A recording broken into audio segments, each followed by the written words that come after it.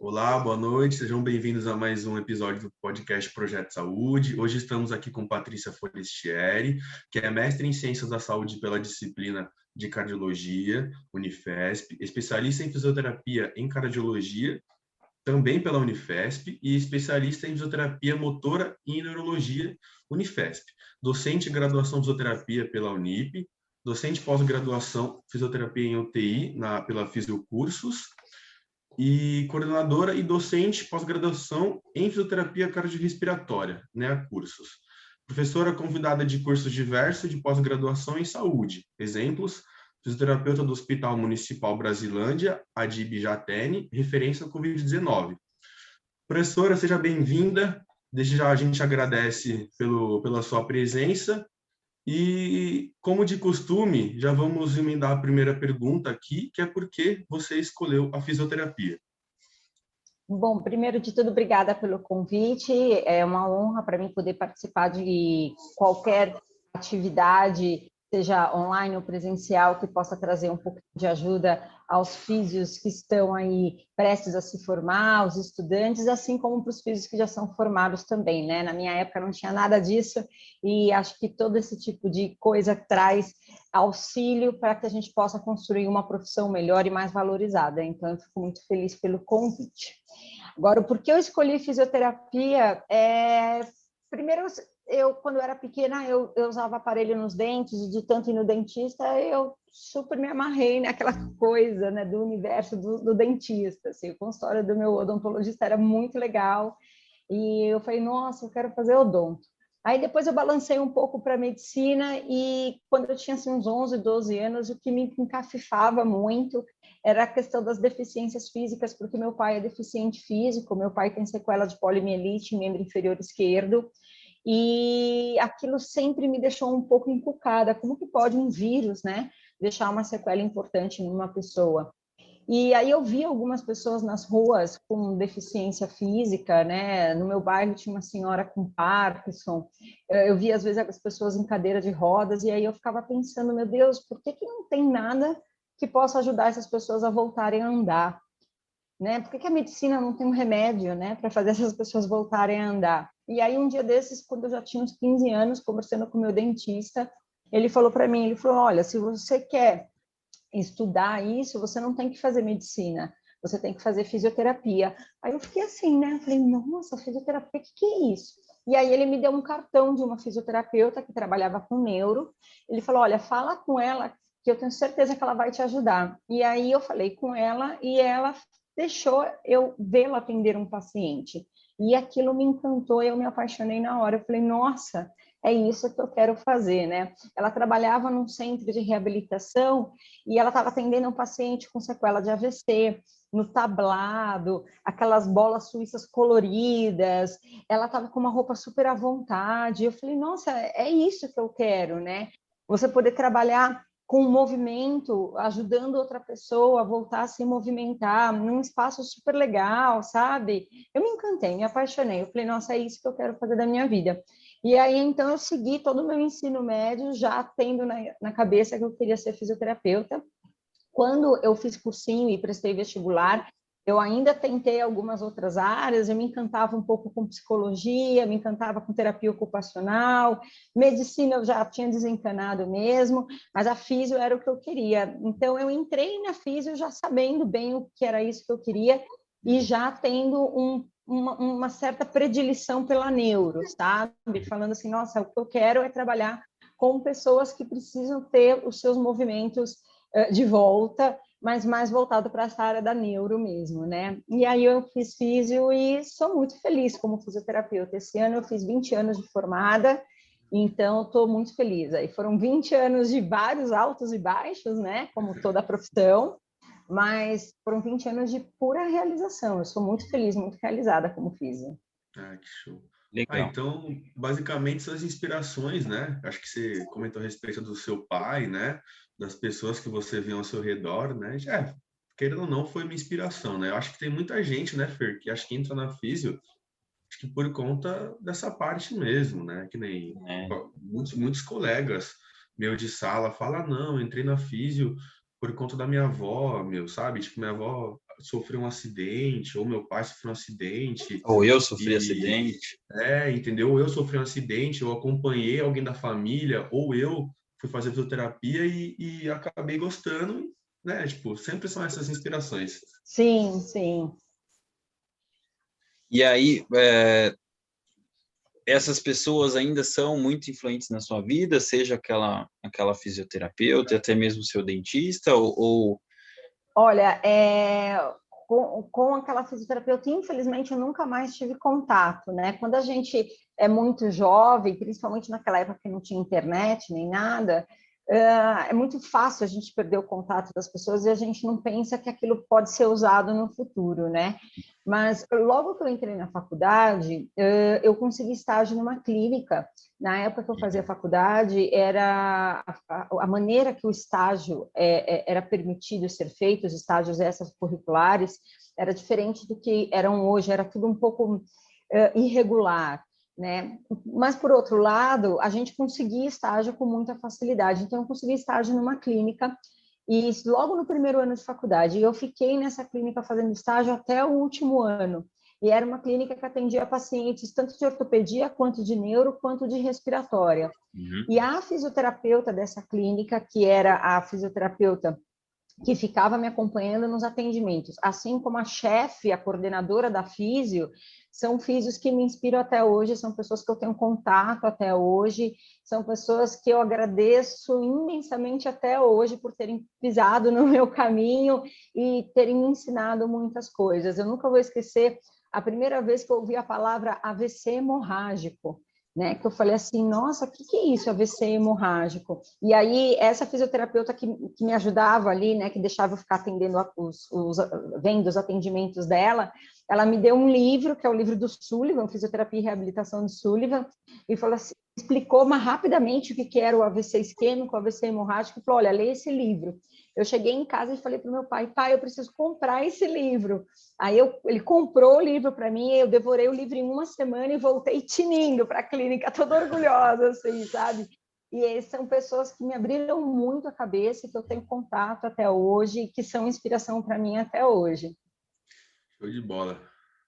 E aí veio, E por influência dessas pessoas também, né? Porque antes você tinha muito interesse em neuro. E aí, por você ter trabalhado nessa clínica que tinha essas 3 áreas de atuação, como que surgiu esse interesse na Resp Cardio, né? boa. Então, a minha grande paixão sempre foi a neuro, e quando eu estava na faculdade, já no terceiro ano, quando a gente começou a ter fisiologia respiratória, aquilo me encantou, eu gostei do negócio.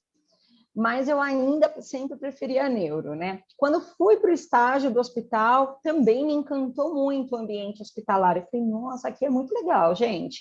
Mas eu ainda preferia a neuro, porque eu gosto muito de movimentar o paciente. E na época, o ambiente hospitalar não era tão fácil de a gente fazer a fisioterapia de maneira tão ativa como a gente faz hoje, né? O termo mobilização precoce ainda não existia direito aqui no Brasil, a gente não tinha o hábito de mobilizar os pacientes, então isso me frustrava um pouco. A enfermaria eu gostava, na enfermaria eu tinha mais liberdade para mexer os pacientes e me identificava mais com isso, mas a UTI, aquilo me incomodava, eu falava, nossa, eu não consigo mexer os pacientes, estão tudo entubado, tudo cheio de fio, não é isso que eu quero, né? Mas eu gostei. Tanto que quando eu terminei a faculdade, eu prestei provas, processo seletivo para especializações. Na época não existia residência multiprofissional, só existia especialização. E aí eu prestei processo seletivo tanto para neuro quanto para cardio-resp, porque eu gostei da cardio-resp e passei nas duas. Mas aí na hora de escolher eu falei, não, eu vou pela neuro, que é a minha paixão. Porém, todavia, contudo, entretanto, na especialização da neuro, a gente passava 4 meses dentro do hospital, atendendo os pacientes neurológicos na UTI neurológica e nas enfermarias de neuro, tanto adulto quanto infantil e neonato. Aí ali eu consegui entender o que é de fato a fisioterapia hospitalar. Aí ali eu falei, nossa, o meu lugar é o hospital. Eu quero trabalhar com neuro, com AVC, por exemplo, mas dentro do ambiente hospitalar. Aí logo depois que acabou a especialização de neuro, calhou de eu conseguir um estágio no hospital, porque a chefe desse hospital, que também chama Patrícia, é minha amiga até hoje, era uma fisioterapeuta especializada em cardio e em neuro. E ela queria alguém da neuro para movimentar mais os pacientes nas UTIs e nas enfermarias. Então, ela falou assim, olha, eu vou te dar um estágio aqui, nesse estágio você vai aprendendo, e daí a gente vai vendo o que vai ser. E aí, 3 meses depois, eu fui contratada. E aí a minha vida nunca mais saiu de hospital, eu nunca trabalhei com neuro do jeito que eu sonhava quando eu entrei na especialização, que era trabalhar numa instituição de reabilitação, um centro de reabilitação, como, por exemplo, uma ACD, entendeu? Com tablado, com uma hidro, sabe? Eu nunca consegui trabalhar com isso, porque acho que o meu caminho acabou ficando no hospital. E aí eu fiquei nesse hospital que eu entrei durante 7 anos, e aí eu fui trabalhando paralelamente a esse hospital com outras coisas, né? Eu trabalhei atendendo muito paciente domiciliar que tinha alta do hospital, principalmente pacientes com AVC, pacientes com Parkinson. E trabalhei também com algumas outras coisas, como RPG e acupuntura, para poder ter outras formas de sustentação também financeira, né? Então, eu tinha um hospital, tinha os pacientes particulares e fui para essas outras áreas que eu também gostava e também achava legal. Mas eu nunca saí de hospital. Nesse meio tempo, eu acabei trabalhando em outros hospitais, dando plantões em outros hospitais, e aí eu senti a necessidade de fazer, de fato, uma especialização, porque sem especialização era muito difícil conseguir emprego num hospital, né?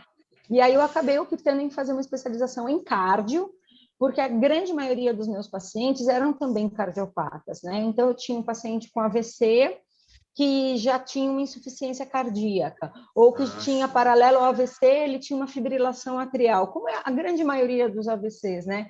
Eles são hipertensos, diabéticos, têm fibrilação atrial. E aí eu ficava morrendo de medo, eu falava, nossa, do ponto de vista motor, eu preciso trabalhar o quadríceps desse paciente, eu preciso trabalhar glúteo desse paciente, eu preciso trabalhar tronco, mas são atividades de um gasto energético maior. Será que eu posso fazer isso com esse paciente, visto que ele é cardiopata? E aí eu comecei a estudar cardio sozinha. Só que não dá certo, né? Eu abria os livros de cardio, não entendia nada, né? Eu falava, ai meu Deus do céu, eu acho que eu não tenho inteligência para estudar cardio, não, né? E aí eu falei, não, eu preciso fazer uma especialização. Foi aí que eu consegui fazer a especialização na Unifesp, e aí eu me apaixonei por cardio. Aí foi o grande amor da minha vida, né? Eu costumo brincar, eu falo que a neuro foi aquele amor da adolescência, e a cardio foi aquele amor maduro com o qual eu casei, tive filhos, entendeu? Aí a cardio foi a minha grande paixão, assim, porque a cardio, os conceitos de fisiologia cardiovascular me deram muito mais segurança para conseguir atender os pacientes de unidade de terapia intensiva, não só cardiopatas, mas para qualquer paciente de UTI geral. E isso me abriu muito a cabeça para muitas coisas, inclusive para a mobilização precoce, que é um assunto que eu sempre amei, que eu sempre estudei muito, né? Então, a cardio foi a minha grande paixão. E aí calhou de eu acabar fazendo o mestrado com essa minha professora, que era coordenadora dessa pós, e agora estou aí em vias de tentar o doutorado, está um pouquinho difícil, porque o doutorado exige a gente ter que abrir mão de algumas coisas, tem que ter um planejamento financeiro importante, mas vamos ver o que vai ser. Meu sonho agora é seguir fazendo doutorado, seguir a carreira de docência mesmo, né? De pesquisa, eu gosto muito disso, né? Ah, sim. E, Pro, aprofundando mais sobre sua área de atuação mesmo, sobre o cotidiano profissional, conta um pouco para a gente como é que é. Olha, nesses 20 anos de formada, eu praticamente trabalhei sempre em hospital, né? Os meus primeiros 7 anos foram muito mais focados em enfermaria. Primeiro, porque eu não me sentia muito segura para ficar em UTI, eu sempre fui muito insegura, eu sempre tive muito medo, eu achava que eu não era boa o suficiente, me comparava muito, sabe? Então, eu tinha muita insegurança. E tinha também uma predileção pela enfermaria, justamente porque na enfermaria eu tinha mais liberdade para movimentar de fato os pacientes, que era uma coisa que eu não sentia na UTI. Mas depois, conforme os anos foram passando e eu fui entrando na UTI, eu me apaixonei por UTI, hoje eu amo UTI. Então, a vida de um fisioterapeuta hospitalar não é uma vida fácil, né? Você tem que acordar muito cedo, porque você tem que estar dentro do hospital às 6h45 da manhã, no máximo 10 para 7 da manhã, para estar lá pegando o plantão, para o colega poder ir embora sem muito atraso. E aí você faz 12 horas de plantão, vai sair do hospital por volta das 7h20, 7h30, chega em casa às 8h30, 9 horas da noite, para no dia seguinte acordar super cedo de novo e ir, de repente, para um outro hospital, com uma outra rotina, com outros protocolos. E aí, no meio disso tudo, ainda tem a vida acadêmica. Então, não é muito fácil, assim. É que, assim, na verdade, o que acontece? Quando eu estava na faculdade, deixa eu ir para essa parte, que daí fica mais fácil para vocês entenderem, para todo mundo entender. Quando eu estava na faculdade, eu me apaixonei por essa questão de dar aula, me apaixonei mesmo. Porque quando eu fiz cursinho, eu peguei muita amizade com os professores do cursinho. E todos os professores do cursinho, uns deles são amigos nossos até hoje, meu e das minhas amigas, assim, né? Eles faziam mestrado, faziam doutorado, então eles explicavam para a gente o que era esse universo. Então, quando eu saí do cursinho, eu já saí muito encantada com isso, né? Eu falava, nossa, que legal! Então, eu posso ser fisioterapeuta e ainda posso dar aula de fisioterapia, ensinar uma outra pessoa a ser fisioterapeuta, isso é muito legal, sabe? E aquilo me encantou. Quando eu entrei na faculdade, fui conhecendo mais isso e vendo os professores dando aula, e vamos falar a verdade, tem professor que a gente se apaixona, né? Se apaixona no sentido aluno e professor, óbvio, né? Mas você se apaixona, você fala, eu quero ser um profissional como esse cara, né? Tem professores que são uma inspiração.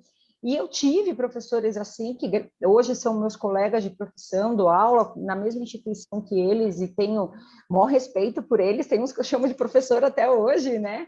E tenho admiração mesmo, sabe? Porque eu falava, o cara dá uma aula linda, ver esse cara atendendo um paciente deve ser muito lindo, né? E ele dava aquela aula que inspirava a gente a ser melhor, né?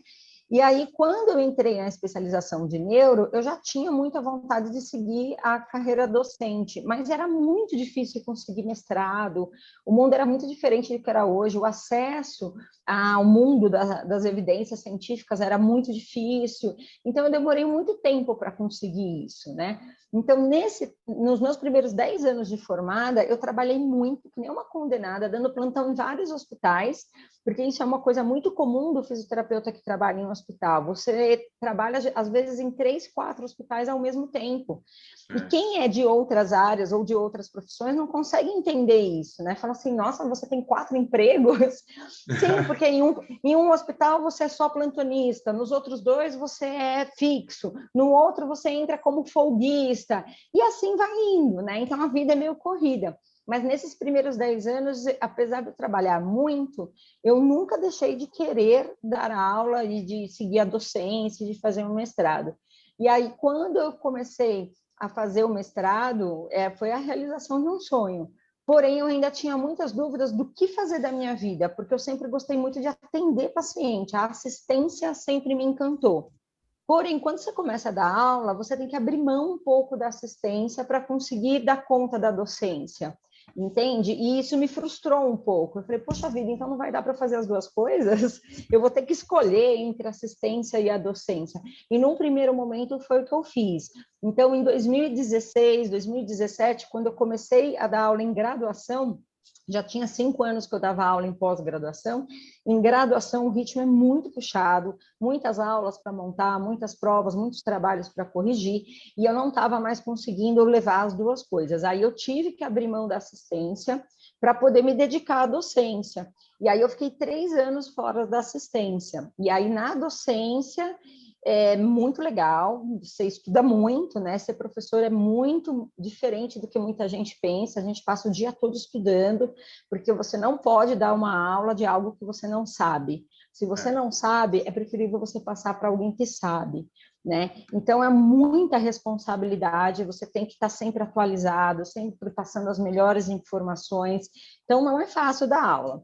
E me dediquei muito a isso.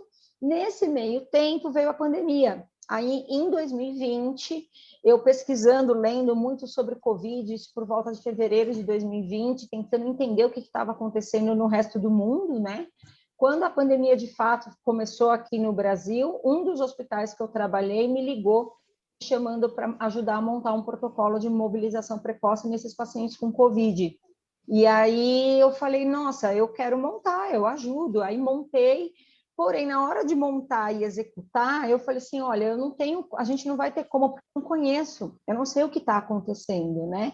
Aí eu preciso estar aí, preciso ver como que vocês estão atendendo esses pacientes, qual é a dinâmica, para eu poder fazer uma coisa mais fidedigna. E aí eles me chamaram de volta, eles falaram, olha, nós estamos desesperados, precisando de fisioterapeutas, e como você é da casa, você é mais velha, tem mais experiência, você não quer vir dar uns plantões? Aí na hora eu falei, eu topo. Aí todo mundo ficou meio indignado comigo, né? Minha família principalmente, né? Como assim, você é louca? Você vai lá atender esses pacientes e as suas aulas? Como que você vai dar conta de tudo? Eu falei, gente, eu não sei o que vai ser da minha vida, mas eu preciso ir.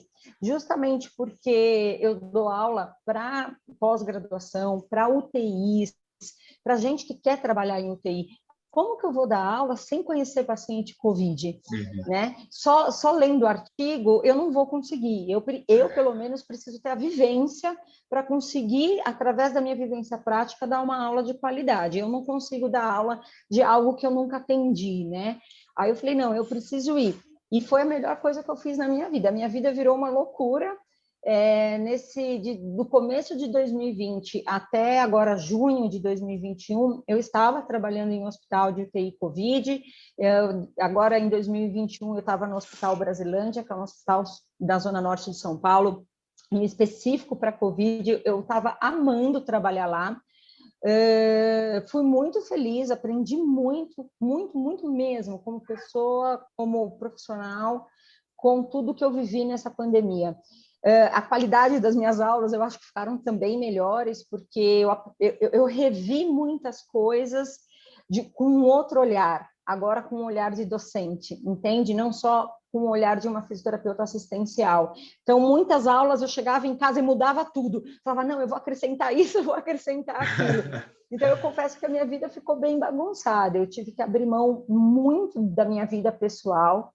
E aí, por conta disso, inclusive, agora no mês de julho, eu parei e tive que, de novo, fazer a escolha. Então, agora, no mês de julho agora de 2021, eu voltei só para a docência. Vou dar um tempo, eu estou atendendo aos pacientes particulares ainda de reabilitação de síndrome pós-Covid, mas agora eu vou dar um tempo de hospital e voltar a ter mais foco na docência de novo. Estou aproveitando para pôr todas as aulas em dia, renovar tudo em cima de tudo que eu vivi.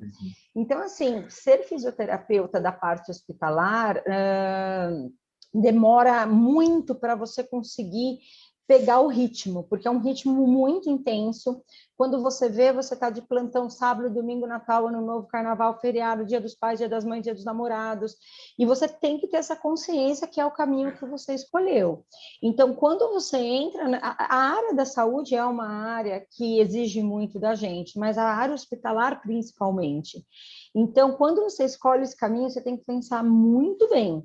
É possível você trabalhar em hospital e ter vida pessoal? Claro que sim. Tem várias amigas minhas que são casadas, que têm 2, 3 filhos, que viajam, que são felizes. É possível. Mas para isso você precisa ter maturidade, precisa ter organização, porque a vida fica embolada, fica embolada. Eu cheguei a ponto de trabalhar agora no mês de maio, por exemplo, maio e junho de 2021, eu não tive nenhum final de semana de folga, porque ou eu estava de plantão ou eu estava dando aula.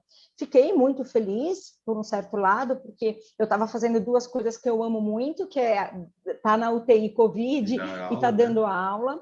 As aulas foram de convites que me fizeram, então é sinal que as pessoas têm interesse em me ouvir falar, então isso é uma honra para mim, entendeu? Então é óbvio que eu não ia falar não, mas eu confesso que fisicamente, mentalmente, emocionalmente, eu fiquei um pouco desgastada. Eu acho que eu exagerei um pouquinho. até mesmo porque eu já não sou mais tão jovem, né? Quando eu tinha meus 20 e poucos anos, meus 25, 26 anos, eu fazia umas loucuras, gente, vocês não têm noção. Eu dava plantão de 12 horas, saía do plantão, ia direto para o barzinho, encontrava com os amigos, ficava na balada, chegava em casa, tomava banho, tomava café e ia para o plantão de novo. Nossa. Imagina que hoje eu consigo fazer isso. Hoje, depois de um plantão de 12, eu preciso de uma boa noite de sono, sabe? Não tem mais Então, pique, né? eu acho que o maior desafio para o fisioterapeuta hospitalar, no primeiro momento, é entender isso, né? Entender, compreender e se organizar e não reclamar, entende? Você não pode ficar reclamando, eu estou de plantão de novo, que saco. Mas, poxa, você não escolheu isso? Você Você escolheu, escolheu fazer exatamente. essa área, né? Ninguém está pondo um revólver na sua cabeça te obrigando a Te ir obrigando. trabalhar. Né? Assim como você está de plantão, você está ali deixando de estar com a sua família num domingo, o médico também está, a enfermeira também está, o segurança do hospital também está, a cozinheira do hospital também está, todo mundo, né? Então você também não pode se sentir um cãozinho vira-lata, uma vítima do sistema, ai, como eu sou um coitado que eu estou trabalhando de domingo. Na verdade, eu não acho assim, eu nunca pensei assim, sabe? Eu sou uma coitada, como eu sofro, olha como eu trabalho de domingo. Pelo contrário, eu acho uma delícia, eu acho uma honra, entendeu? Tá ali ajudando um paciente voltar a se recuperar, voltar a respirar Exatamente. sozinho. Então, o que eu recomendo, acho que de primeiro ponto, assim, para quem quer seguir a área hospitalar, tenha maturidade para assumir as escolhas que você vai ter que fazer para poder trabalhar nessa área. E trabalhe com o coração, né? Trabalhe pensando que isso é uma coisa que eu sempre pensei também, sabe? Poxa vida, eu estou indo trabalhar no hospital num domingo, mas eu estou indo trabalhar, eu não estou lá internada, eu não estou no hospital porque eu estou doente, eu estou indo trabalhar, eu estou com saúde, Tô indo né? ajudar alguém, Eu estou né? indo Tô indo ajudar tratar alguém, alguém. entendeu? Exato. Sabe? Eu estou tendo o privilégio de poder trabalhar com o que eu amo, com o que eu escolhi, com o que eu estudei a minha vida inteira. Isso é um privilégio que as pessoas É. não têm noção. Então, eu acho que o primeiro ponto é esse, sabe? A vida de um fisioterapeuta da área hospitalar, ela é muito corrida, ela faz a gente ter que abrir mão de muita coisa da vida pessoal, então tem que ter muita organização para você conseguir equilibrar a vida pessoal com vida profissional. Mas é super possível, sim. Eu confesso que eu já deixei de conseguir isso porque eu sou um pouquinho workaholic. Eu amo trabalhar, quando eu trabalho, eu me jogo no trabalho. Que, aliás, isso é uma coisa que quem trabalha em um hospital sabe do que eu estou falando. Trabalhar em um hospital vicia um pouquinho, sabe? Quando você está de folga, você fica pensando, gente, e o seu João hoje, hein? Como será que ele está? Será que hoje ele conseguiu ficar em pé? Dá uma É, vontade de estar lá para você ter conseguido fazer o cara ficar em pé, entendeu? E sim. dá uma preocupação, assim, dá a impressão que se você não está lá, não vai acontecer o que você queria, sabe? Assim, Acho que eu entendi. Tipo, falta, sei lá, você fica de folga, meu, tá faltando um pedacinho ali em você, alguma coisa, né? exatamente, Entendi. exatamente. Que nem agora, para eu tomei a decisão de sair do hospital agora, foi muito difícil. É como É, se eu tivesse. Uma parte de mim não está aqui comigo agora, porque o que me faz ser docente é a assistência. Né? sim. Então, eu não sei ainda agora como eu vou lidar com isso. Vamos ver o que vai ser agora. Esses dias até eu estava conversando com uma amiga minha lá do hospital, ela falou assim, ai, volta. Eu falei, olha, que se me der na telha, eu volto, hein?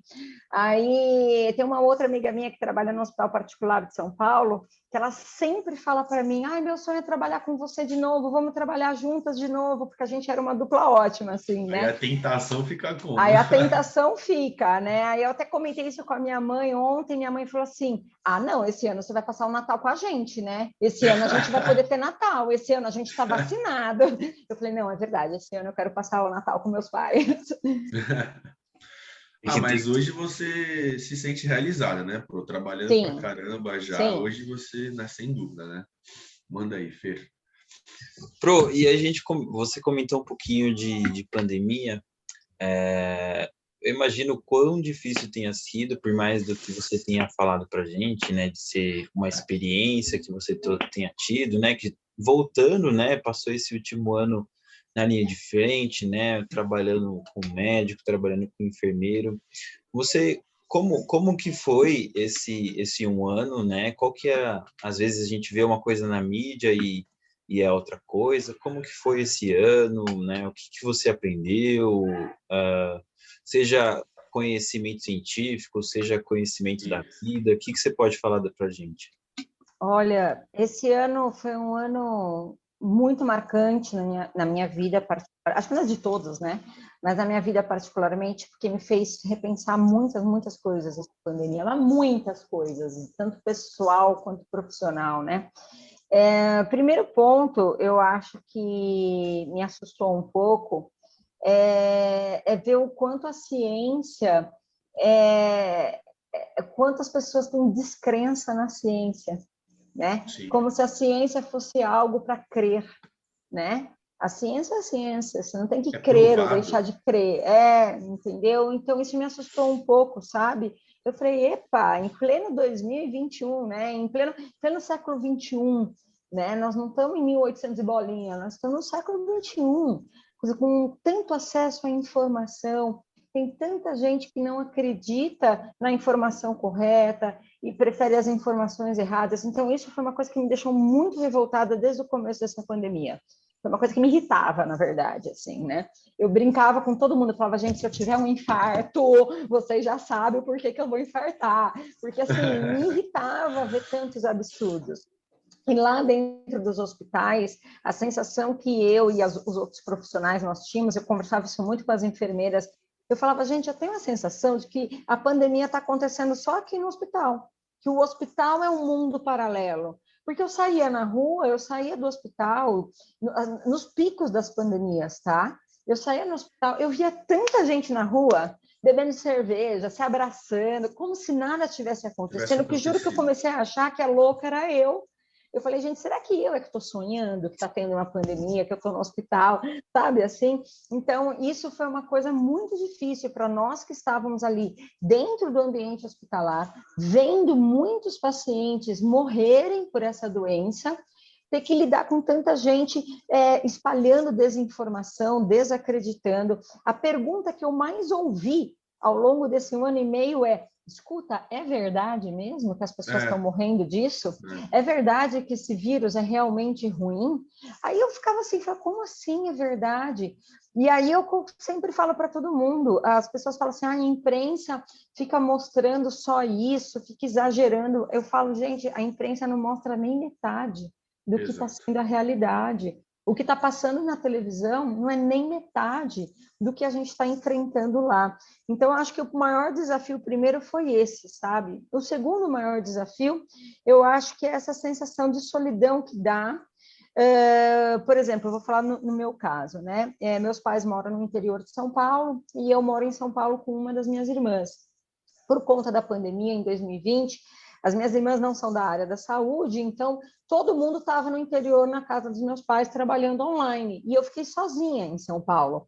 Eu só saía de casa para dar atendimento ao paciente no hospital e voltava para casa, assistia a aula. Quando eu dava as aulas ou assistia a aulas, que eu fiz muitos cursos também, era um momento que eu tinha menos sensação de solidão. Mas eu passava o tempo todo sozinha em casa, entende? O tempo todo vendo aquela rua em silêncio, aquela cidade vazia. Então, isso faz você pensar muito no quanto a gente tem que valorizar as pessoas que a gente gosta, os momentos que a gente está com as pessoas que a gente gosta, esses momentos que a gente pode fazer enquanto a gente está com saúde. E no ambiente hospitalar, eu não sou casada e não tenho filhos, mas a boa parte das enfermeiras e das físios que trabalhavam comigo eram casadas e tinham filhos. No começo da pandemia, o que elas fizeram? Elas mudaram de casa para não transmitir o vírus para suas famílias. Então, isso também foi muito avassalador, ver mães, pais longe dos seus filhos para não contaminá-los. Então, por exemplo, tinha uma enfermeira que trabalhava comigo que ela morava sozinha. Outras 3 colegas foram morar com ela, para que elas não contaminassem as famílias delas.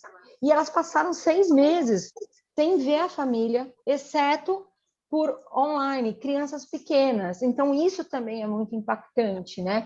Ver o quanto as pessoas abriram mão das suas vidas para cuidar do próximo e, de repente, uma sociedade toda meio que nem aí para isso, sabe?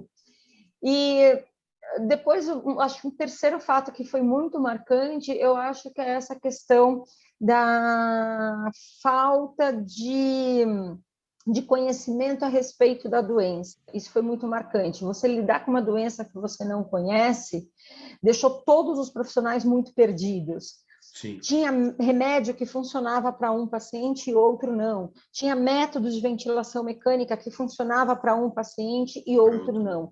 Então, conforme a pandemia foi andando, que os estudos foram saindo e que a gente foi aprendendo a lidar com essa doença, foi ficando mais fácil. Mas no primeiro semestre de 2020 foi muito difícil, cada um fazendo uma coisa, cada um dando palpite, as equipes se desentendendo muito, né? Entre si e interequipes também, né? Então, isso foi muito desafiador, porque às vezes a gente perde um pouco o controle emocional, o equilíbrio emocional, acaba gritando, ofendendo, chorando, xingando, ou por dentro ou por fora. Então, isso desestabilizou os profissionais demais, né? Você achar que o outro está fazendo errado, o outro achar que você está fazendo errado, quando na verdade ninguém sabe quem é o certo, porque a gente estava lidando com um vírus totalmente desconhecido e cada paciente se comporta de um jeito. O Covid ele causa sinais e sintomas e evoluções muito heterogêneas, então foi muito desafiador você manter o profissionalismo ali, né? Então, às vezes, eu metia os pés pelas mãos do ponto de vista emocional, vamos assim dizer, ficava tensa, ficava nervosa, ficava chateada, levava pelo lado pessoal, não só eu, como toda a equipe. Por quê? Porque a gente estava, assim, sempre em desacordo, porque ninguém entendia nada do que estava acontecendo, né? Pro, você comentou agora da equipe, né, no hospital, toda esse receio, né, tanto dos profissionais quanto dos pacientes, das pessoas fora do hospital, não sabem o que era. Mas você comentou a respeito desse desentendimento. Mas como que era o contato multidisciplinar, né, entre vocês no hospital?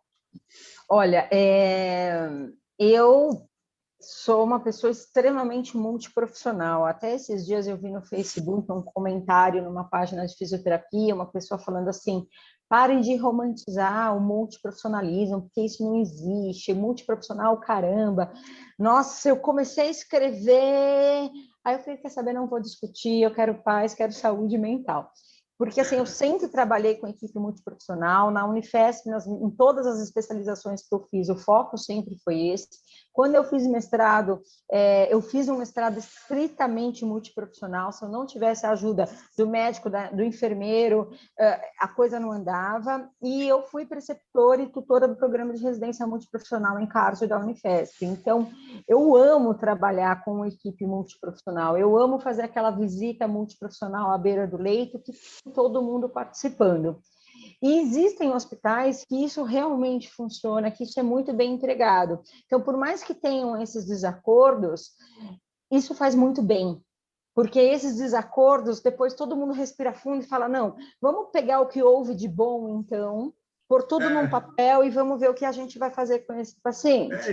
Eu acho que é bom, porque gera uma discussão e são, tipo, Sim, várias opiniões diferentes. Eu acho que é bom. é muito legal. Eu amo demais. Na verdade, a discussão ela é benéfica, né? Sim, Gerar sim. discussão traz muito aprendizado. O que eu acho que às vezes falta em muitos profissionais de todas as áreas é maturidade.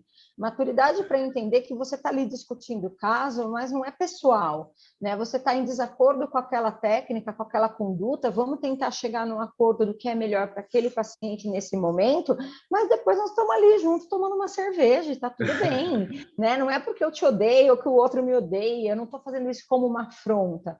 Então, eu acho que a maturidade e o equilíbrio emocional de cada profissional interfere muito no andamento da equipe multiprofissional.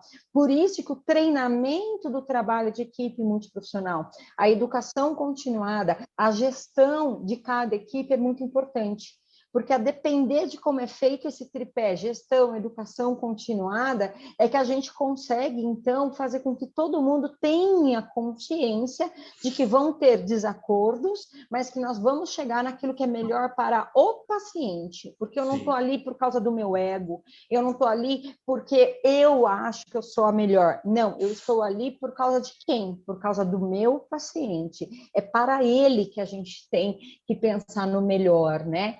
Então, eu acho que o principal é isso. Quando você trabalha numa instituição que leva a sério o trabalho de equipe multiprofissional, a gestão dessas equipes, a educação continuada, o treinamento dessas equipes é que vai fazer esse rololô todo se desenrolar e dar certo. Agora, já aconteceu tanto nesse momento de pandemia quanto em outras fases da minha vida, que eu trabalhei em hospitais em que a equipe multiprofissional não existia. Não Nós existe. é que fazíamos ali acontecer. Aí o negócio fica mais difícil mesmo. Mas, no fim, nada que um café todo mundo junto acabe não apaziguando, né? Mas quando você trabalha num hospital que tem equipe multiprofissional, nossa, o serviço anda tanto, o paciente melhora tanto, é tão legal, é Dá tão até legal. vontade de trabalhar, né? Isso, exatamente. Que nem num dos hospitais que eu trabalhei na minha vida e que eu voltei agora na pandemia, era um hospital particular grande daí de São Paulo. Umas amigas minhas falaram: Meu, não acredito que você voltou para lá paga tão mal. Eu falei: Então, lá paga mal, mas lá eu sou feliz. Aí, ó. Entendeu? Às vezes, você Aí vai você trabalhar. calou a boca delas, aí já era. Exatamente, às vezes você vai trabalhar num lugar X porque tem um nome, ou num lugar Y porque paga bem, mas a equipe multiprofissional, ninguém olha na cara de ninguém, os Ninguém, é, fisioterapeutas, ninguém olha na cara de ninguém, é um puxando o tapete do outro, uma inimizade. é. E ao longo da vida, eu fui descobrindo que eu prefiro estar num lugar que eu me sinta bem, que eu possa ser a fisioterapeuta que eu escolhi ser, sem precisar ficar me preocupando com picuinha, com intriga, que eu possa ter o meu trabalho levado a sério, mesmo não ganhando tão bem para isso, entende?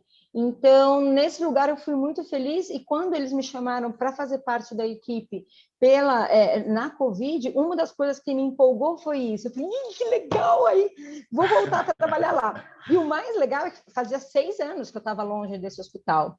Você acredita que eu cheguei lá, eu encontrei um monte de médico, de enfermeira, de técnico de enfermagem que trabalharam comigo há 6 anos atrás. E eles Aí. lembraram de mim. Teve um que falou assim, Patê. Eu falei, não acredito que você lembra do meu nome. Ele falou, lógico que eu lembro de você, que legal que você voltou e não sei o quê. Qualquer coisa mais gostosa que isso, eu me senti em casa, mesmo não ganhando tão bem, entende? Você trabalhar com profissionais competentes e que levam a sério a sua competência também, nossa, é prazeroso demais. Ah, Vale sem mais dúvida. do que um plantão muito, entendeu? Sem dúvida. É porque acho que acaba ficando uma coisa desgastante demais, né? Tipo, sei lá, acho que eu, pelo menos, já passei por um lugar assim e acho que fica uma energia muito negativa. Não é legal. Fica. Eu acho Não é que. legal, não é legal, não é legal. Eu acho que assim, eu costumo brincar isso com a minha irmã caçula. A minha irmã caçula é 10 anos mais nova que eu. Né? Caramba. Eu sou da geração X, ela é da geração Y, né? E a gente costuma brincar, né? Por exemplo, eu cresci com a ideia de que eu tinha que trabalhar e ficar 10, 20 anos na mesma empresa, vestir a camisa da empresa, aturar qualquer coisa, mas eu tinha que ficar lá. Já a minha irmã, ela já é da geração que não, se ela não está contente, ela sai mesmo. E quando ela começou a trabalhar, eu estranhei muito, porque, tipo, em 5 anos de trabalho, ela trabalhou, juro por Deus, uns 10 lugares. Tá certo que a Caramba. profissão dela também permite isso, né? Ela é da área de publicidade e marketing, mas eu achei tão estranho, eu falava, nossa, meu, você vai ficar pulando assim, você vai sujar seu currículo. E ela falava, imagina, que cringe, não existe isso, sujar currículo, né? Eu tenho que ser feliz, eu tenho que trabalhar, porque eu só vou conseguir produzir num lugar que eu me sinta bem. E eu É, achava isso um pouco estranho. E, na verdade, hoje eu entendo melhor o que ela quis dizer com isso, né? Então foi uma coisa que eu aprendi com ela um pouco, ter um pouco mais esse olhar também de que eu não consigo mudar de emprego à torta à direita, mas eu também não fico mais num lugar que eu não tenho identificação. Os valores, a missão, a visão da instituição com a qual eu trabalho tem que bater com os meus valores, com a minha missão e com a minha visão, porque senão eu não vou conseguir ser eu mesma e não vou conseguir entregar o melhor resultado para o meu paciente, né? Só para vocês terem uma noção, no meio do ano passado, em julho, eu consegui trabalhar num hospital que eu sempre quis trabalhar, um hospital bem grande de São Paulo. Entrei lá, fiquei 14 dias. Saí. Caramba! Não, fiquei 14 dias. Eu saí de lá chorando. Eu saí de lá chorando muito, super decepcionada com o lugar.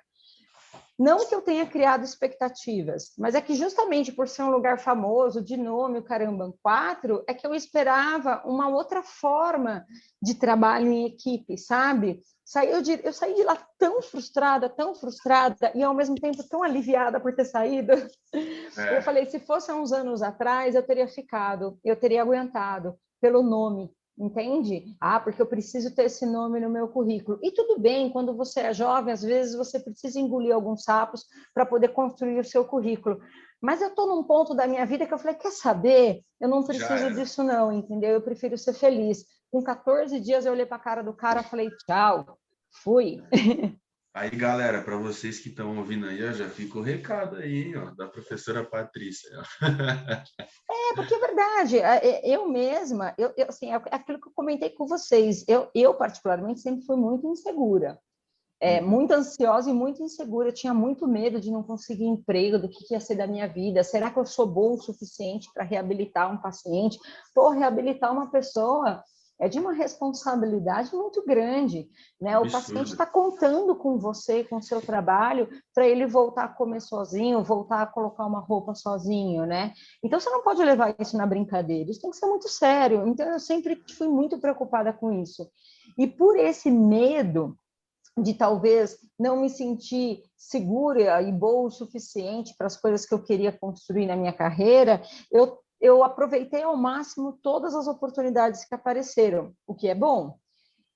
Mas algumas coisas, mesmo não sendo feliz, eu tolerei para poder fazer meu nome, entendeu? E tudo bem, eu acho que isso faz parte. Isso faz parte, porque assim, o ambiente de trabalho é um ambiente que a gente não está ali para ser feliz de fato, né? Ali não é um momento de lazer, ali não é um lugar que você vai fazer seus melhores amigos. Pode acontecer de você ter essa felicidade de trabalhar num lugar que é super legal, super prazeroso e dali sair grandes amigos, às vezes até grandes amores, né? Tenho colegas que casam com colegas e beleza, tudo bem, mas isso é raro. Né? Isso é raro e está tudo bem. A gente está ali para trabalhar, não estou ali para ficar num clube de férias, num resort, né? Então, eu acho que a gente tem que conseguir também achar esse equilíbrio, né? Sim, algumas coisas eu vou aguentar, alguns sapos eu vou engolir, algumas coisas eu vou ter que passar para poder conseguir aproveitar essa oportunidade e construir meu currículo, desde que não te desrespeite, obviamente, né? Mas tem que ter um equilíbrio de você saber falar, não, pera, isso eu já não me identifico. Aqui eu já não estou dando o meu melhor. Então, para que eu vou continuar? Sempre importante.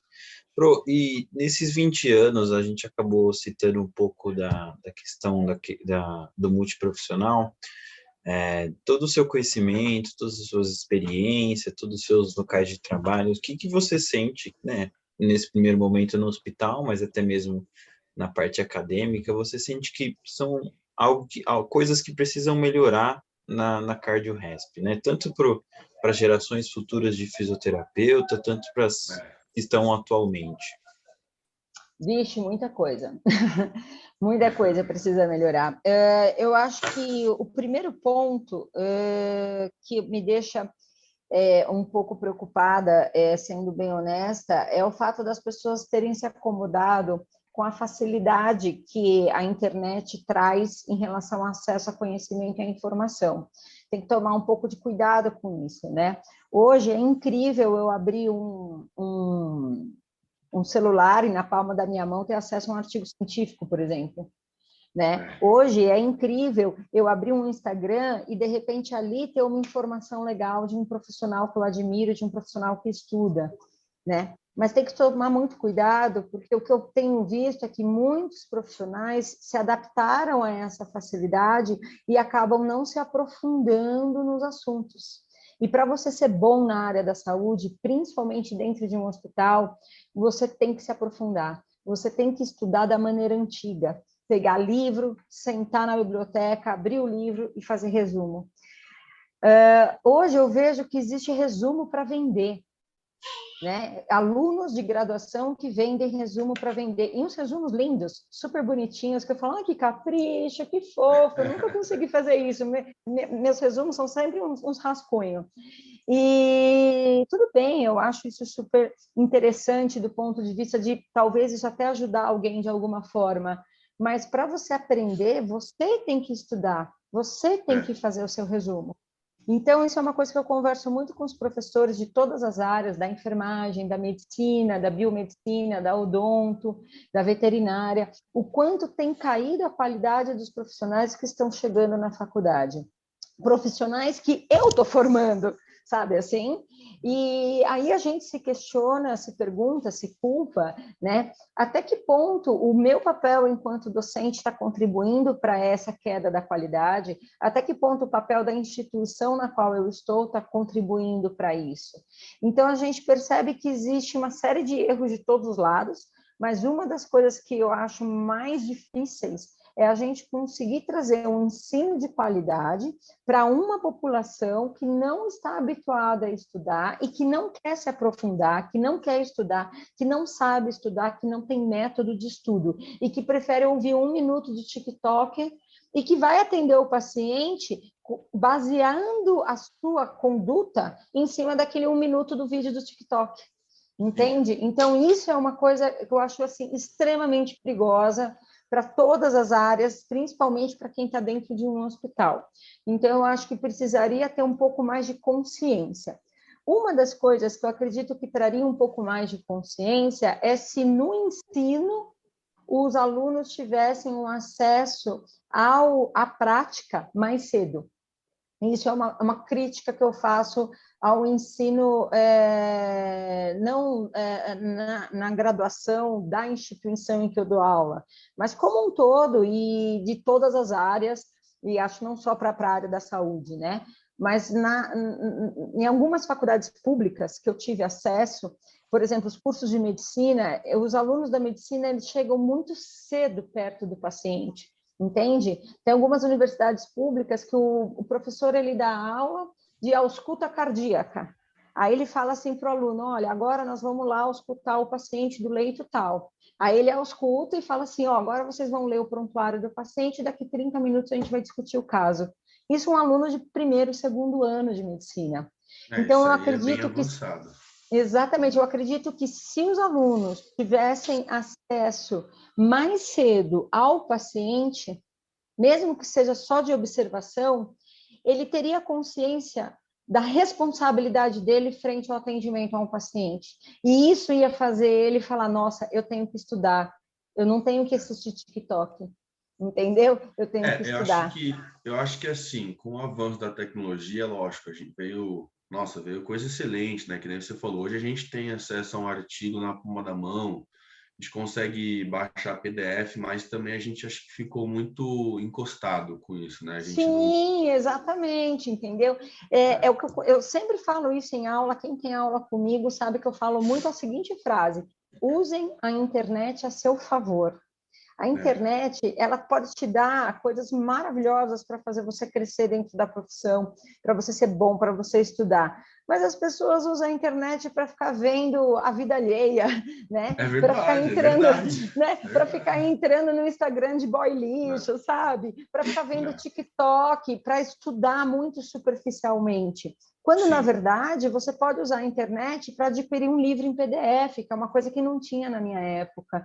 Né? Você pode usar a internet para assistir vídeos no YouTube de fisioterapeutas que dão dicas ótimas, que ensinam, que dão aulas gratuitas, entendeu? Então, é isso que eu acho que a galera tem que começar a ter. E isso não é uma crítica que eu faço só em relação aos alunos da fisioterapia, deixa isso claro. Isso é uma coisa que eu converso com diversos docentes de diversas outras áreas, principalmente como enfermeira. amiga minha, que ela dá aula para residência multiprofissional em um grande hospital de São Paulo, ela comenta isso comigo, ela fala, meu Deus, e o marido dela é médico e também é responsável pela residência de medicina. Então a gente conversa, a gente fala, meu Deus do céu, o que está acontecendo? Que as pessoas estão vindo para o mercado com um preparo cada vez menor. E aí o ciclo começa a se perpetuar, né? Começa a virar um círculo vicioso. Quando você é um aluno que não estudou muito, quando você chega na pós-graduação, a pós-graduação tem que descer um pouco o nível dela para que você possa subir o seu e os dois conseguirem seguir adiante. Então, começa a cair o nível de tudo, sabe? Na pós-graduação, às vezes a gente tem que dar aula de coisas básicas, porque os alunos não sabem o básico. E tem aluno que fala para mim, eu não tive isso. Aí eu olho para a cara do aluno e falo, como não? Eu que te dei essa aula na graduação, meu filho. Então, o que aconteceu que aquela informação, aquele aprendizado não fixou, não entrou? Eu acredito que é a falta de prática, né? Eu acho que quanto mais cedo o aluno tiver acesso à prática, ao paciente, à equipe multiprofissional, melhor seria a qualidade dos profissionais, principalmente nessa área de fisioterapia cardiorrespiratória, tanto ambulatorial quanto hospitalar. Hoje, se eu pudesse mudar alguma coisa, se eu tivesse uma varinha de condão, o que eu mudaria é isso, mais prática desde a graduação, na pós-graduação e tudo mais. E todos esses anos que você ficou no hospital trabalhando, foram um total de quantos anos, mais ou menos? Desde que eu me formei, dá 19 anos. 19 anos, 19 né? anos. Eu nunca deixei de trabalhar em um hospital, porque mesmo nesse período que eu fiquei fora da assistência, eu não fiquei fora de hospital porque eu dava supervisão de estágio de graduação e pós-graduação em hospital, entendi, entendeu? Entendi. Então, eu nunca deixei de ficar fora. De uma maneira ou de outra, eu sempre estava ali, entendeu? E qual foi o caso clínico mais marcante que você já teve lá? Putz, foram tantos, mas hoje eu vou comentar com vocês de um, porque eu estava falando dele para os meus pais. Meu pai viu uma matéria no jornal hoje de um cara que parece que na Itália, se não me engano, eu não sei, tá, gente? Porque foram muitas conversas, assim, a respeito disso, mas se não me engano a matéria foi na Itália, de um cara que acordou do coma, depois de, parece que 12 anos em coma. Meu Deus. E meu pai veio comentar comigo, filha, você viu aquele cara que acordou do coma e tal? Até lembrei o porquê que a gente tocou nesse assunto, porque a gente está falando de corrida de Fórmula 1, falando do Schumacher, que o Schumacher está em coma até hoje, né? E aí o meu pai falou, nossa, por falar nisso, saiu uma matéria no jornal falando de um cara que acordou do coma 12 anos depois. E aí a gente começou a falar disso, aí eu contei de um paciente meu. Na época, eu tinha 23, 24 anos, esse paciente tinha 41, ele sofreu um acidente de lancha e teve um traumatismo crânioencefálico importantíssimo, ele perdeu toda a massa encefálica de hemiencéfalo direito, ele ficou assim, realmente muito tempo em coma, em ventilação mecânica, traqueostomizada, mas meses. Ele tinha apenas 41 anos e era um paciente com uma forma física excelente. Ele era casado, ele tinha filhos pequenos, a mulher dele ia lá visitar, os filhos iam lá visitar. Então, foi muito marcante ver um paciente tão jovem, com uma sequela tão importante. Ele teve várias crises de hipertensão intracraniana, que fazia com que ele tivesse instabilidade hemodinâmica constante, então a gente teve muita dificuldade de tirar ele da UTI por conta dessa instabilidade hemodinâmica. Foi um paciente muito desafiador. E por que ele me marcou? Primeiro porque era jovem, a gente teve contato ali com a família, com os filhos, toda aquela coisa, né? E segundo, porque ele acordou do coma. Olha só. Quase um ano depois ele acordou. E eu nunca vou esquecer o dia que eu cheguei do hospital. Assim, eu trabalhava nesse hospital que nem uma louca. E teve um feriado que eu resolvi, feriado de 12 de outubro, que eu resolvi vir para casa dos meus pais. Eu falei, não, eu preciso de uma folga, eu vou ver meus pais. Na segunda-feira, quando eu cheguei no plantão, o médico falou assim para mim, Patê, eu preciso contar para você uma coisa que aconteceu nesse plantão desse final de semana. Aí eu falei, o quê? Aí ele falou, o seu fulano acordou do coma. Aí eu falei, você tá tirando sarro da minha cara. Aí eu já fiquei pé da vida comigo, né? Eu falei, tá vendo? Tinha que estar aqui de plantão.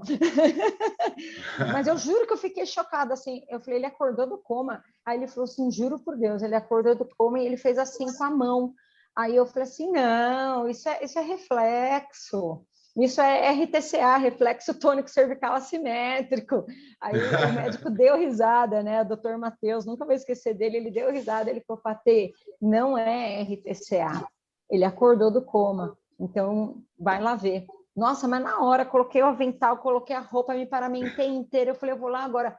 Quando eu cheguei no quarto, e eu falei, oi, fulano, que eu não vou falar o nome do paciente, né? Ele olhou para mim e balançou a cabeça, eu falei, meu Deus do céu, ele acordou mesmo. E aí, na hora, eu falei, vamos caprichar na fisioterapia com ele. Bom, ao longo daquela semana, eu juro por Deus, eu acho que foi um milagre, eu não sei explicar para vocês. O paciente melhorou muito, muito. Ao longo daquela semana, só para vocês terem noção, tá? Eu consegui colocá-lo sentado à beira-leito e ele conseguiu mexer a perna e fazer extensão de joelho, sentado à beira-leito. Ele estendeu o joelho direito e estendeu o joelho esquerdo, sabendo diferenciar o que era direito do que era esquerdo. Caramba! E olha, eu nunca vou esquecer disso na minha vida, isso me marcou muito, porque eu lembro que nesse dia eu chorei do lado do paciente, entendeu? Eu falei, gente, eu não estou acreditando que eu estou presenciando um negócio desse. E esse paciente, ele gostava de rock, e eu sempre fui mais da turma do rock and roll, né? E aí a gente ligou um aparelhinho de som que a gente tinha lá no hospital, e eu coloquei para ele um CD que eu sempre levava lá para o hospital, na época era CD, né, gente? Não era Spotify, era CD, né?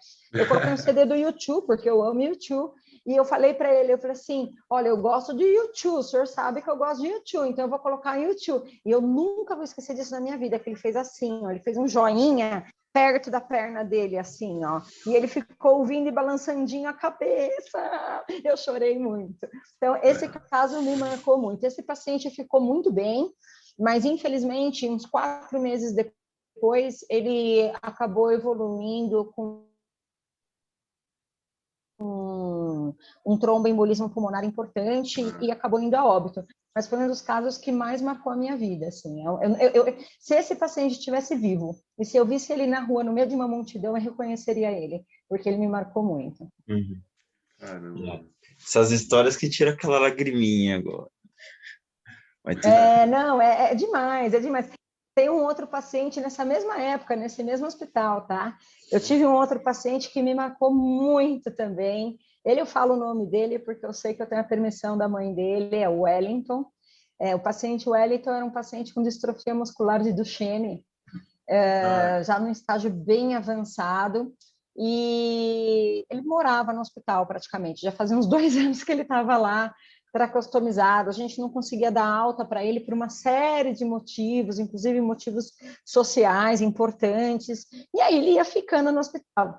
E apesar dele estar num estágio bem avançado de Duchenne, do ponto de vista cognitivo, ele estava perfeito, e a fala dele, a voz dele, só saía com a válvula fonatória da fono, mas ele falava muito bem, e ele tinha, apesar dele nunca ter saído do leito, nunca ter vivido a vida, ele tinha uma noção da vida, do mundo, das coisas, do comportamento humano, e eu papeava muito com ele. Nessa época, ele tinha uns 19 anos e eu tinha uns 25, 24, 25. E eu lembro que ele me emprestou um CD, aí eu levava meus CDs para ele ouvir. A gente tinha uma amizade mesmo, né? Com a família dele, com ele e tal. E ele foi um paciente que me marcou muito, principalmente porque ele foi um distrofia muscular de Duchenne que viveu até os 26 anos. E na época, era muito raro encontrar um Duchenne que passasse dos 18, 20 anos, né? Ainda hoje, infelizmente, não é tão comum, mas é mais comum do que era naquela época, né? Então, e eu acho que ele passou, viveu bastante, teve uma boa sobrevida por conta da cabeça dele. Ele era um menino extremamente inteligente, perspicaz, com uma vontade de viver, uma alegria de viver, sabe? E ele foi um que me marcou muito também. Até hoje, assim, quando eu rezo pensando nele, falo, ai, Wellington, me ajuda, sabe? Assim, porque é um paciente que eu tive muito carinho, muito respeito, muita admiração. Pro, essa distrofia muscular que você falou, ela basicamente o quê? Tipo, é uma degeneração dos músculos? O que é? Como que é? A distrofia muscular de Duchenne, ela acontece só em meninos, né? E ela começa quando o menino tem por volta dos 4, 5 anos de idade, com um edema e entumecimento das panturrilhas. Os Ah, sim. músculos vão se degenerando e no lugar do músculo fica uma camada de gordura, vamos assim dizer, entre as fibras Nossa. musculares. E por isso que a batata da perna fica entumecida, por conta da gordura que toma conta disso, né? E é uma doença progressiva, conforme a criança vai crescendo, a fraqueza muscular, a paresia da musculatura vai evoluindo. Então, começa na panturrilha, vai para quadríceps, depois vai para a musculatura respiratória, e os pacientes passam a ser traqueostomizados e dependentes de ventilação mecânica devido à paralisia da musculatura respiratória. Eles Ah, evoluem também entendi. com sinais de insuficiência cardíaca. Uhum. Ah, entendi. Depois de tudo isso que a gente falou, né, e tudo isso que os profissionais da saúde, né, consequentemente você e seus colegas têm vivido não só na área da saúde, né, dentro do hospital, mas na fisioterapia respiratória e cardiovascular, o que você pode falar que a fisioterapia, que vai ser o futuro da fisioterapia, né, depois de tudo isso que a gente vem passando e também muito antes também? Olha, quando eu me formei, quando eu entrei na faculdade, na verdade, a fisioterapia já tinha fama de ser a profissão do futuro. Era muito comum a gente falar isso, não, faz fisioterapia, fisioterapia é uma profissão do futuro, a população está envelhecendo, todo mundo vai precisar de um fisioterapeuta. E hoje eu concluí que sim, de fato, principalmente com essa pandemia, né? A fisioterapia, ela é uma profissão que ela tende a ser cada vez mais necessária, né? Eu acho que o futuro da fisioterapia, ele aqui no Brasil, ele tem muito, muito potencial, a gente tem muito potencial. A fisioterapia no Brasil é muito forte, tem muita gente boa publicando muito, fazendo trabalhos incríveis. Então, eu acho que a gente tem caminhos muito lindos para percorrer. E acho que hoje, a partir de hoje, o que está mais em voga são o uso das tecnologias para avaliação e tratamento dos nossos pacientes. Então, cada vez mais a gente está podendo usar tanto o computador, o celular, para atender os nossos pacientes em telereabilitação, que isso é algo que está cada vez mais crescente, principalmente agora com a pandemia, como também aparelhos específicos, como o laser, o ultrassom cinesiológico e várias outras terapias que vão surgir. Eu acho que essa parte de eletrocyber terapia tende a ser o futuro da fisioterapia, a gente poder acessar a tecnologia tanto para avaliar com mais qualidade e o nosso paciente, quanto também para tratar o nosso paciente. Eu acho que as tecnologias vão entrar com tudo e os profissionais talvez tenham que correr um pouquinho mais atrás, no sentido de saber usar determinados aparelhos, né? E acho que é esse o caminho, assim. Eu sempre gostei muito dessa parte de eletroterapia, né? Eu gosto muito, apesar de nunca ter sido tão boa em eletro, mas eu sempre achei muito interessante você poder associar a eletroterapia, seja o laser, o ultrassom, ondas curtas, TENS, FES, ao seu atendimento. Uma das coisas que eu mais gosto é o FES, adoro FES. FES e corrente russa, né? Gosto muito, muito, muito, muito mesmo. O laser eu entendo pouco, mas já conheci gente que trabalha com laser e também gosto muito, me interessa muito, acho muito legal. Então, esses instrumentos eu acho essenciais, eu acho que eles vão vir com cada vez mais tecnologia que vão ajudar muito a gente a conseguir dar uma qualidade melhor de atendimento aos pacientes. No entanto, o que me preocupa é a questão de que, infelizmente, muita gente não leva com seriedade o uso desses aparelhos, né? Então, muita gente, por exemplo, usa um FES como se o FES fosse um substituto da fisioterapia, e na verdade ele não é.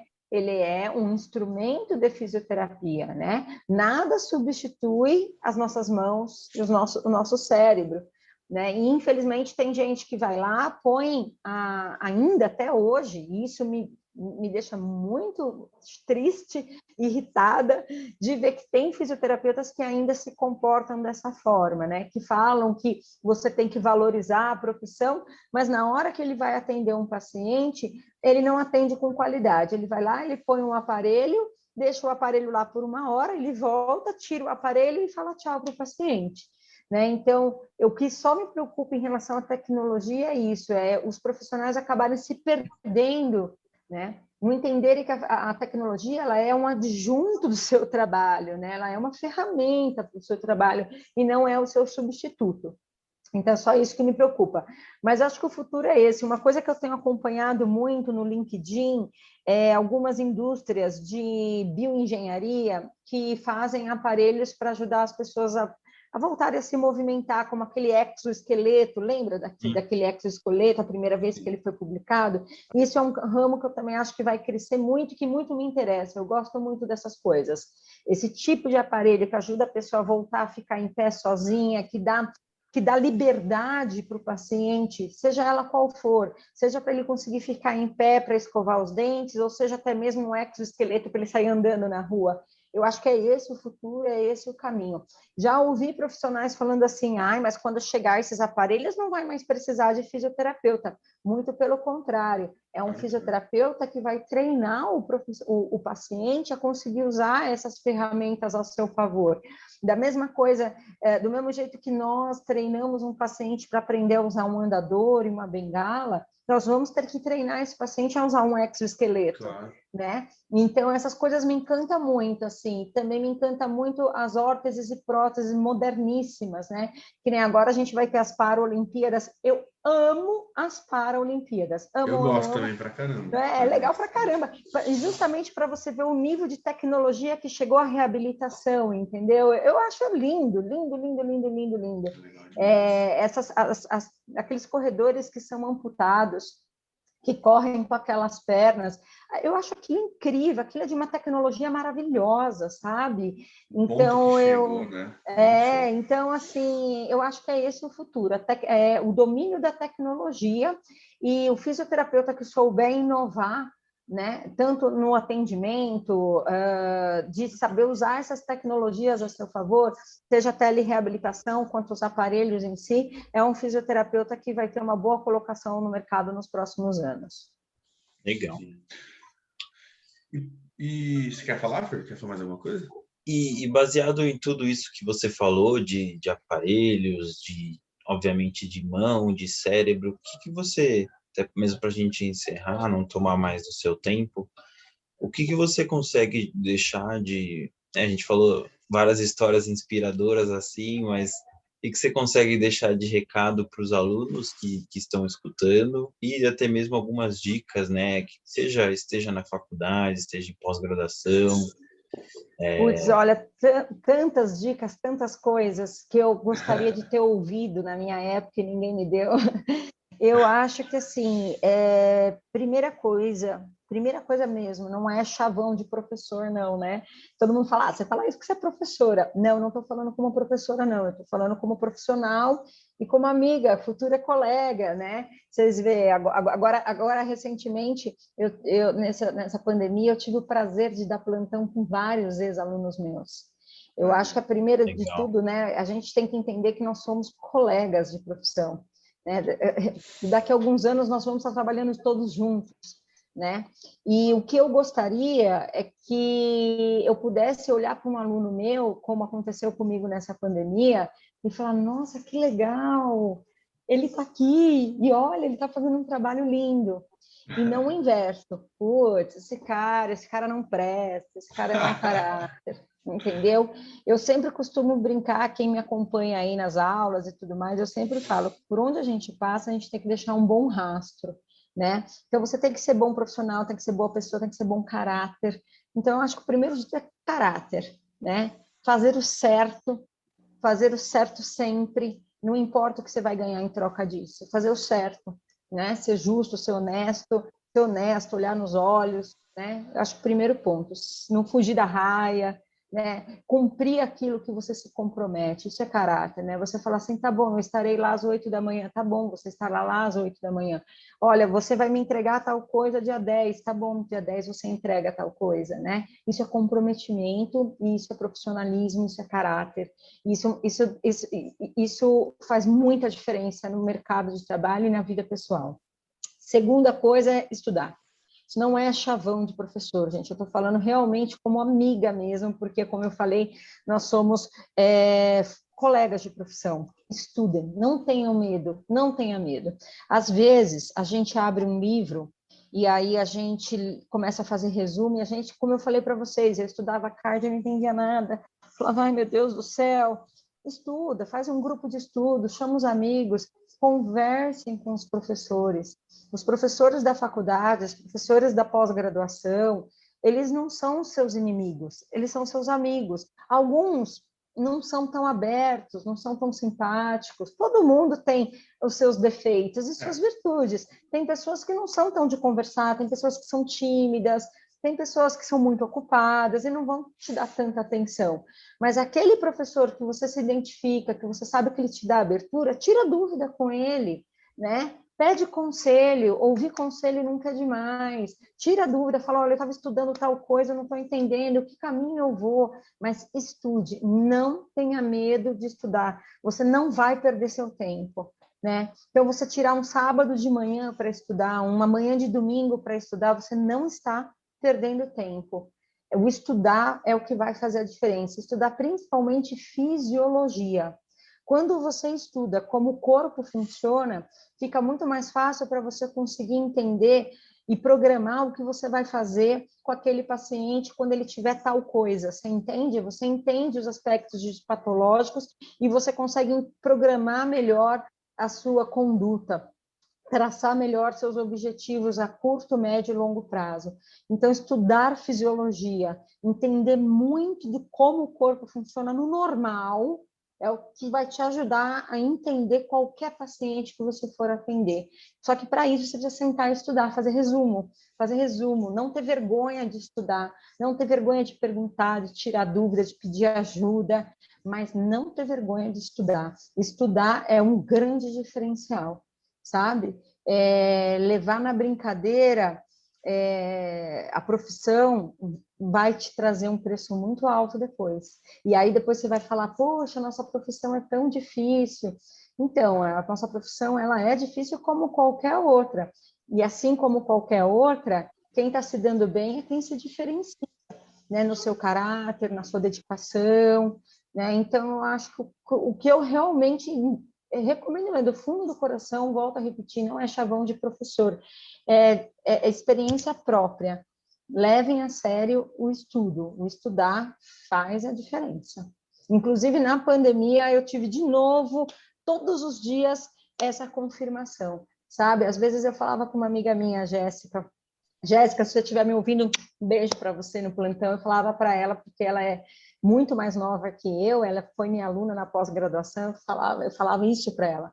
Falava, meu, olha como estudar faz a diferença. Eu não sou tão boa nisso, mas eu li isso, e olha aqui, ó. E ela dava risada. Ela falava, meu, mas você estuda até hoje. Eu falei, estudo para sempre, né? Tem uma outra amiga minha que ela brinca comigo.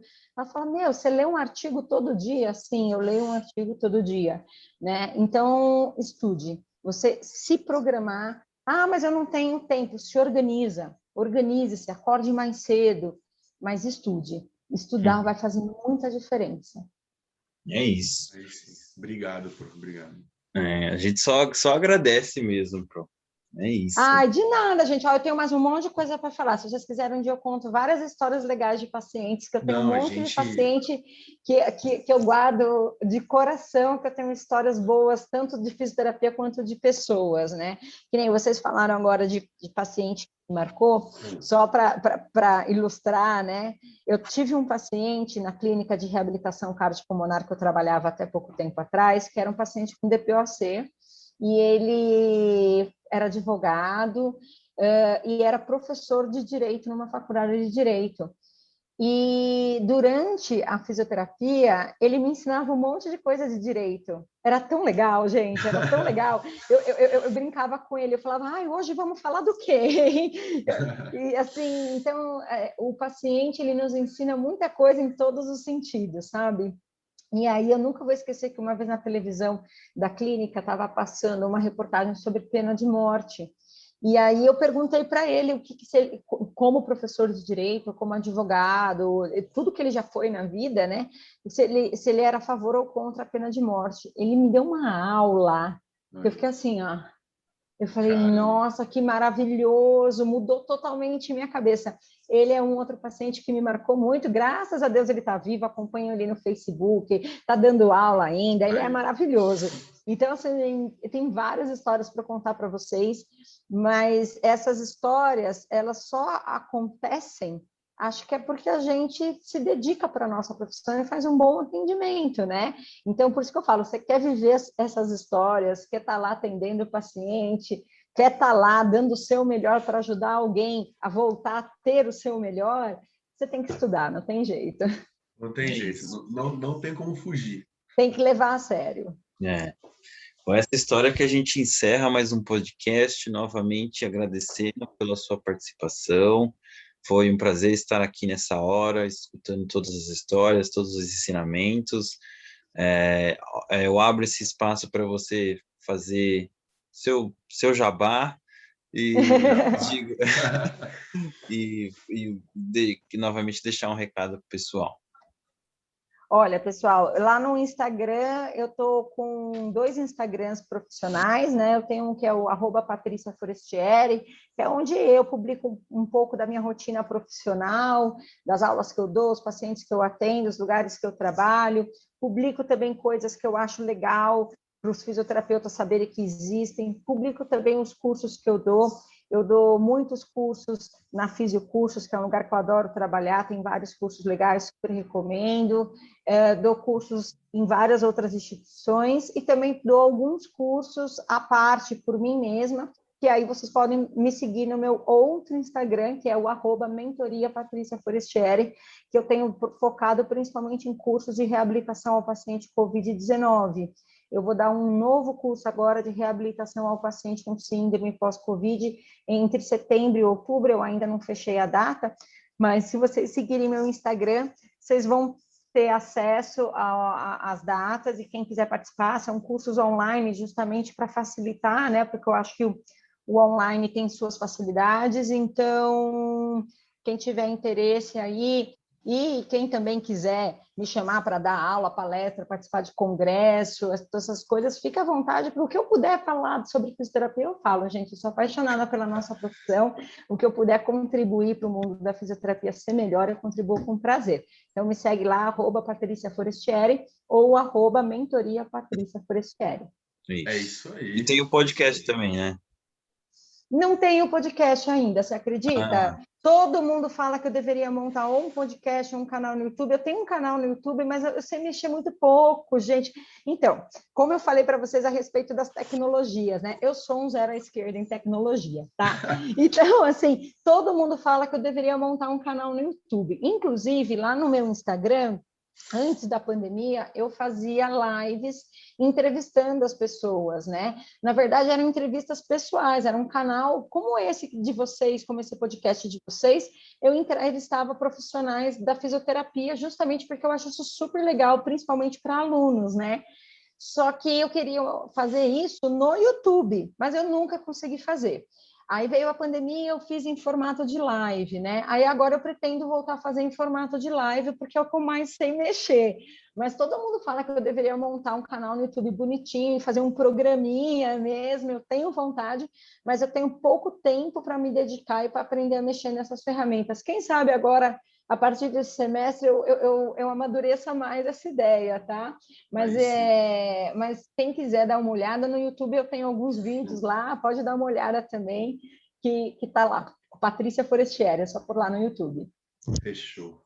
É isso. Bom, novamente agradecendo João, agradecendo Patrícia, agradecendo a você que está nos ouvindo. Também nos acompanhe nas redes sociais, Projeto Saúde Podcast, e obrigado pela sua audiência, pela sua paciência, e até a próxima. Valeu! Aí.